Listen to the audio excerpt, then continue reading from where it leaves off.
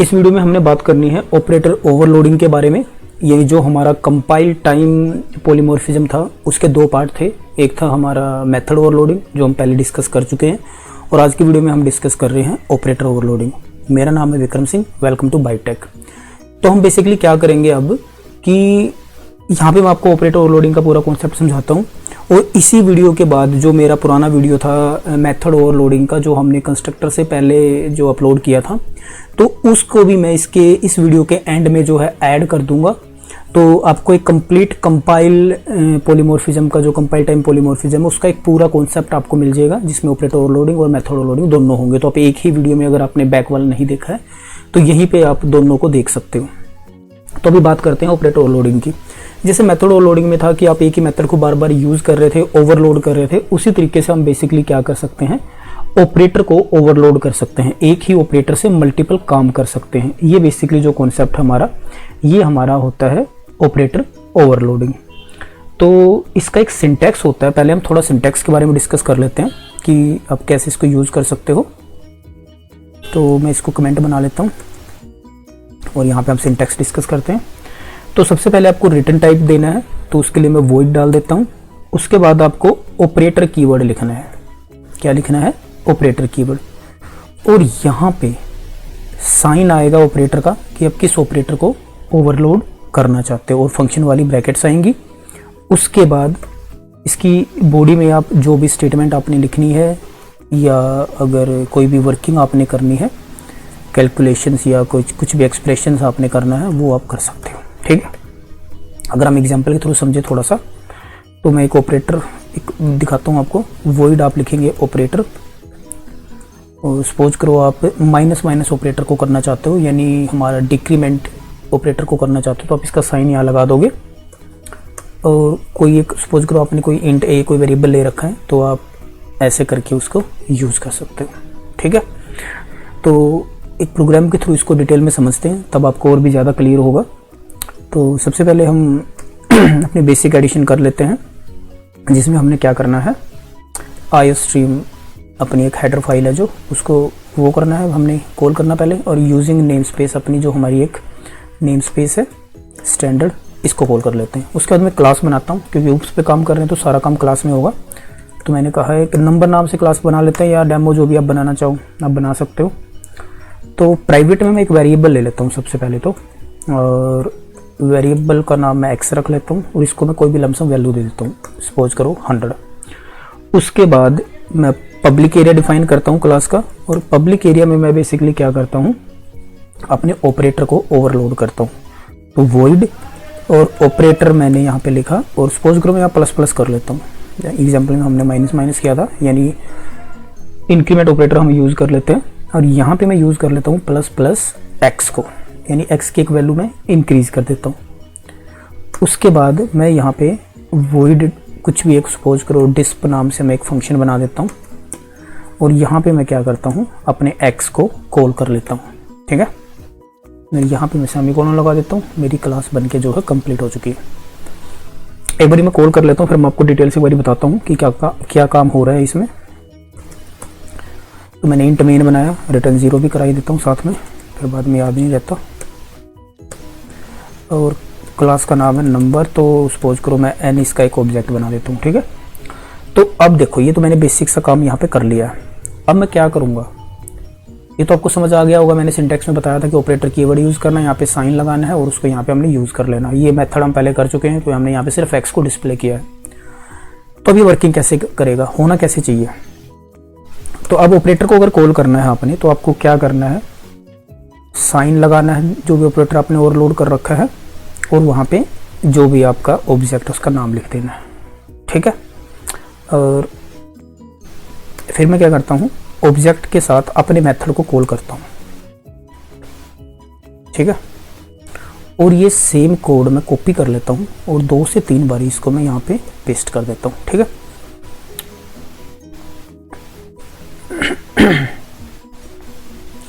ठीक है, कोड समझ आया।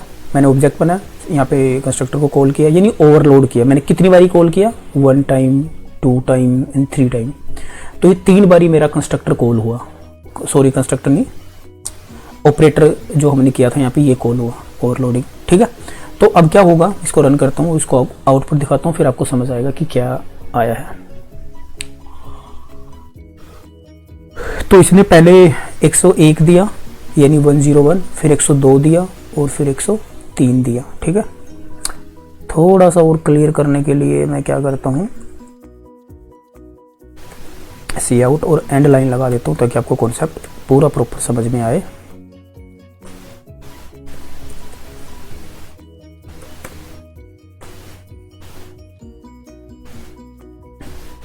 ठीक है, क्लियर है यहाँ पे। तो अब एक बार हम इसको दोबारा रन करते हैं, टर्मिनल को ब्लैंक कर लेते हैं और मैं रन कोड करता हूँ। तो ठीक है, 101, 102, 103 ये आया कैसे, कोड समझो। x की वैल्यू कितनी है 100, मैंने क्या लगाया है प्री इंक्रीमेंट, पहले ही एक वैल्यू बढ़ा देगा, तो इसकी वैल्यू कितनी होगी 100 की, जब 100 में एक बढ़ाएगा 101। और यहाँ पे मैंने प्रिंट कराया डिस्प्ले, तो यहाँ पे x को कितना प्रिंट करेगा 101। ठीक है, जब यहाँ पे मैंने पहली बार ओवरलोड किया तो उसने 101 दे दिया फर्स्ट टाइम। जब मैंने सेकंड टाइम कॉल किया तो उसने एक वैल्यू और बढ़ा दी, ये ऑपरेटर फिर कॉल हुआ, तो 101 था पहले यहाँ पे x, फिर 102 हो गया, ऐसे ही 103 हो जाएगा। ठीक है, तो इस तरीके से आप ऑपरेटर ओवरलोडिंग कर सकते हो। कोशिश यहाँ पे हम एक बार माइनस माइनस ट्राई करके देखें क्या आता है।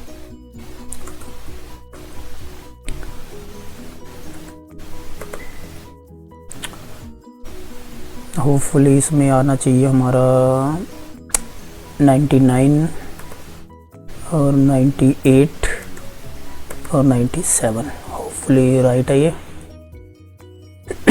99, 98 और 97 ये हमने प्री डिक्रीमेंट ऑपरेटर को जो है ओवरलोड कर लिया।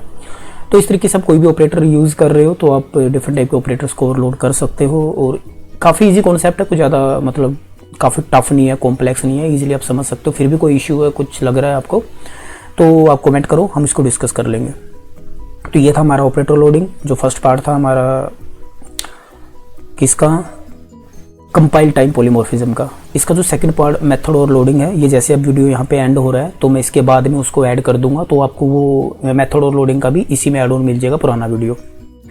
ठीक है, चलो अब हमने नेक्स्ट करना है वर्चुअल फंक्शन, जो हमारा रन टाइम पॉलीमॉर्फिज्म है। तो मैं अभी वो वीडियो ऐड कर रहा हूँ आपके लिए, जैसे ये वीडियो एंड होगा तो आपके लिए मेथड और लोडिंग का वीडियो यहीं से जो है ऐड हो जाएगा, आप उसको भी यहीं से देख सकते हो। तो आपका कंपाइल टाइम पॉलीमॉर्फिज्म इसी वीडियो में जो है कवर हो जाएगा। ठीक है, तो आप इस वीडियो को देखो, मेथड और लोडिंग को भी अपना कंप्लीट करो। मिलते हैं नेक्स्ट। कल की वीडियो में हमने डिस्कस की थी क्लासेस एंड ऑब्जेक्ट्स, आज हमने डिस्कस करना है मेथड ओवरलोडिंग। मेरा नाम है विक्रम सिंह, वेलकम टू बाइटेक। अब मेथड ओवरलोडिंग होता क्या है, ओवरलोडिंग क्या होता है? ओवरलोडिंग का मतलब होता है कि ओवरलोड कर देना किसी चीज़ को। सपोज करो आपके पास कोई बाइक है, कोई कैरी बैग है, जिसमें कैरी बैग है सपोज करो, उसमें 10 kg जो है आपका कोई भी गुड्स आ सकती हैं, लेकिन आपने उसको 20 kg को का भर लिया है, तो आपने क्या कर दिया, उसको ओवरलोड कर दिया। यानी आप एक चीज़ से ज़्यादा काम ले रहे हो। तो सेम ऐसे ही हम मेथड ओवरलोडिंग में करते हैं कि जब आप एक सिंगल मेथड से मल्टीपल जो है काम करते हो तो उसको हम मेथड ओवरलोडिंग कहते हैं। तो इसकी दो कंडीशन होती हैं। जो हमारी पहली कंडीशन है वो है all methods have same name, ये हम कह सकते हैं सेम नेम मेथड्स।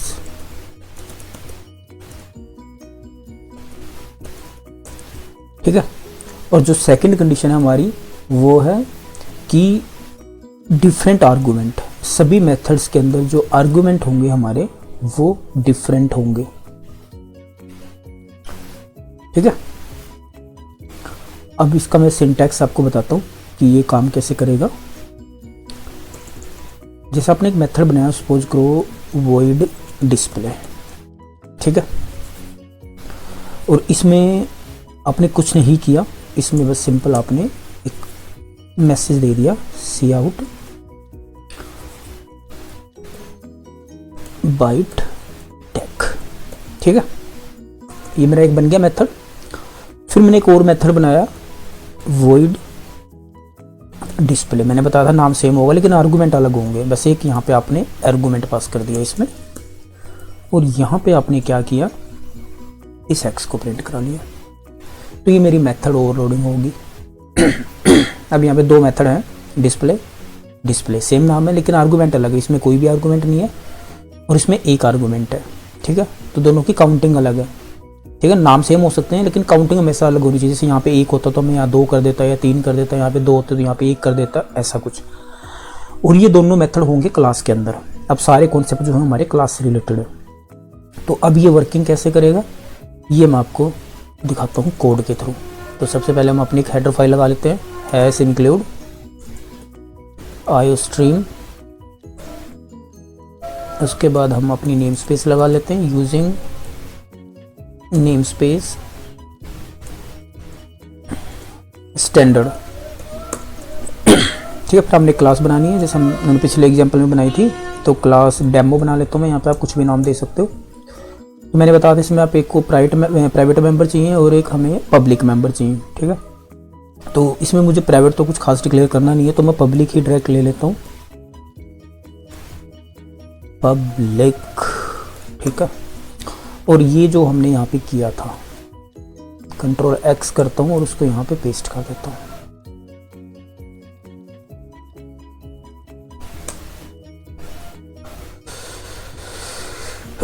टाइप ही कर लेते हैं भाई, ये कोड को इधर उधर कर रहा है। तो मैं यहाँ पे सेमीकोलन लगाता हूँ क्योंकि क्लास के बाद हमें यहाँ पे एक सेमीकोलन लगाना होता है। तो वॉइड में हमारा पहला था, वॉइड क्या बनाया था हमने, डिस्प्ले। तो हमने सिंपल यहाँ पे डिस्प्ले किया और यहाँ पे लिख दिया सी आउट।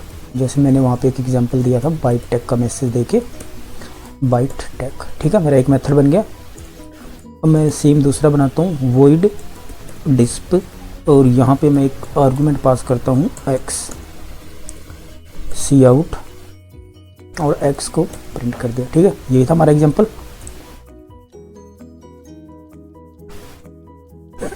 तो ये मेरी क्लास बन के तैयार होगी। इसको हम कहते हैं मेथड ओवरलोडिंग। इसको यूज़ कैसे करेंगे, वही अपना इंट मेन बनाते हैं, रिटर्न करा लेते हैं एक वैल्यू को जो कि मेरी होगी 0। और अब यहाँ पे हमारा पहला काम होता है ऑब्जेक्ट बनाना क्लास का। तो मैंने डेमो का बना दिया डी, डेमो मेरी क्लास है, डी मेरा ऑब्जेक्ट है। तब मैं मेथड्स को कॉल करता हूँ। पहले मैं डी डॉट डिस्प्ले को कॉल करता हूँ, तो मेरा पहले वाला मेथड कॉल हो गया। अब मैं सेकंड वाले को कॉल करता हूँ और इसमें मुझे एक आर्गूमेंट भी पास करना पड़ेगा क्योंकि मैंने एक पैरामीटर पास करना पड़ेगा क्योंकि मैंने इसमें एक आर्गूमेंट ले रखा है, ठीक है। तो ठीक है, तो ये बन गया मेरा मेथड ओवरलोडिंग। मैं इसको रन करके देखता हूँ मेरा आउटपुट क्या आता है। तो ये आना चाहिए बाइट टैग एंड 100, ठीक आ गया बाइट टैग एंड 100। अगर मैंने आपको बताया था अगर आप इसको नेक्स्ट लाइन में देखना चाहते हो तो यहाँ पे एक एंड लाइन लगा दो। दोबारा रन करते हैं तो हमें ये नेक्स्ट लाइन में दिखा देगा, सी आउट आएगा यहाँ पे। काओ के करीब बन गया था ये तो दोबारा रन करते हैं तो ये मेरा बाइट टैग और 100 आ गया। तो ये हमारा बेसिक कॉन्सेप्ट था मेथड ओवरलोडिंग का। तो बेसिकली बस इसमें 2 बात तो ध्यान रखना अपनी, मेथड्स के नाम सेम होंगे और सिर्फ आर्गूमेंट अलग होंगे और सेम ही क्लास में होंगे दोनों मेथड, ठीक है। और इसकी ज़रूरत क्यों पड़ती है, ज़रूरत इसलिए पड़ती है क्योंकि सपोज करो मल्टीपल मेथड्स नहीं डिक्लेयर करना चाहते। अब जितने मेथड डिक्लेयर करोगे आपको याद रखने पड़ेंगे, उनकी वर्किंग का वो देखना पड़ेगा। तो आप कम एक ही नाम में काफ़ी काम कर सकते हो। मल्टी यूजेस के लिए हम इसको यूज़ कर सकते हैं, सिंपल कॉन्सेप्ट, ठीक है। होपफुली आपको ये समझ आया होगा। अब हमारा अगला जो कॉन्सेप्ट होगा वो होगा कंस्ट्रक्टर का और डिस्ट्रक्टर का। तो मिलते हैं नेक्स्ट वीडियो में, तब तक बाय।